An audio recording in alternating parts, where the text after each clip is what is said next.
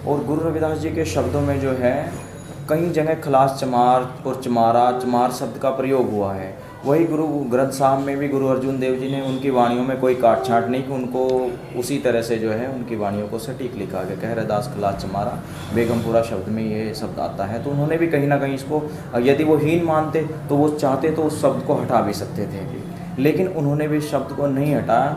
आप इसको परिभाषित करें, और कबीर जी ने भी कहा है भाई चाम मांस और रक्त का जन का बनाकर। आप इसके बारे में बताएं कि हमारी जाति को एक षड्यंत्र के तहत तोड़ करके टुकड़े टुकड़े बना करके उपजातियों में अभी खत्म कर दिया है।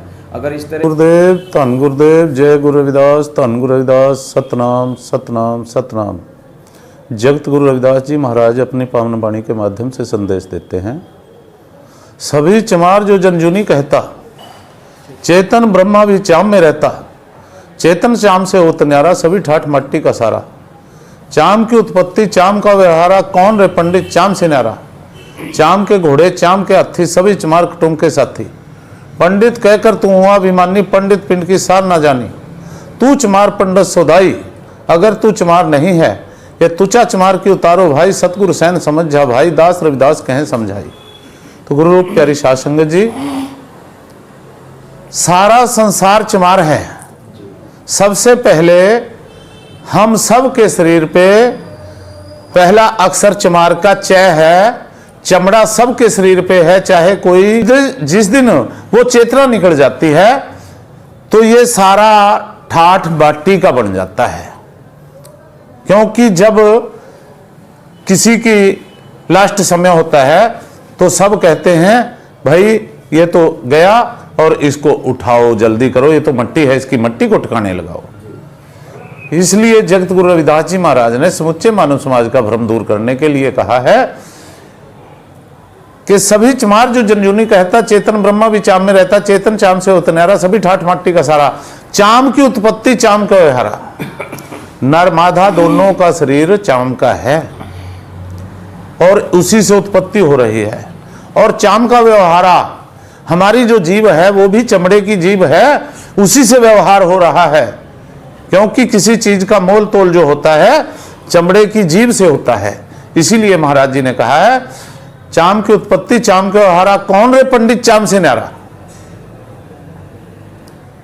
तू चमार पंडित सोदाई, तू अपने आप को पंडित कहने वाले तू भी चमार है। क्योंकि तेरे शरीर पे सबसे पहले ऊपर चमड़ा है, उसके नीचे मांस है, उसके नीचे हड्डियां हैं और उसके अंदर रक्त है।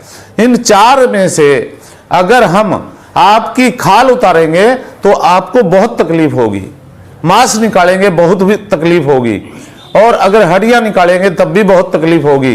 रक्त एक ऐसी चीज है, एक सुई लगाओ एक नस में और सारा रक्त निकाल दो, फिर तू बता कौन है जी। तो राम नहीं फिर मरा हो जाएगा। इसलिए गुरु रूप प्यारी साध संगत जी, जगत गुरु रविदास जी महाराज ने समुच्चे मानव समाज का भ्रम दूर करने के लिए ऐसा संदेश दिया है। तुम भी चाम के, हम भी चाम के, चाम का ये जग सारा जो है चाम से न्यारा वो है गुरु हमारा। वो चाम से न्यारा कौन है? जैसे अभी हमने बताया था, शब्द शब्द में अंतरा, शब्द शब्द में अंतरा, शब्द के हाथ ना पाऊं।